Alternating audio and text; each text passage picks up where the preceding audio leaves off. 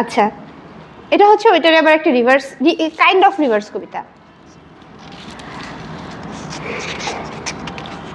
তোমার মৃত্যুতে আমার দুঃখের জমিনে স্বর্গ নেমে আসবে, এতটাই অসহনীয় তুমি। তোমার অনুপস্থিতি নয়, তোমার উপস্থিতিই ছিল আমার দীর্ঘতম শাস্তি। কখনো কখনো প্রাপ্তিই সুখের একমাত্র মূল মন্ত্র নয়, কিছু কিছু জিনিস ছেড়ে আসার মধ্যেও থাকে পরম শান্তি। তেমনি তুমি পৃথিবীতে থাকলে আমার পৃথিবী যে কোনো মুহূর্তে দোজখে পরিণত হতে পারে।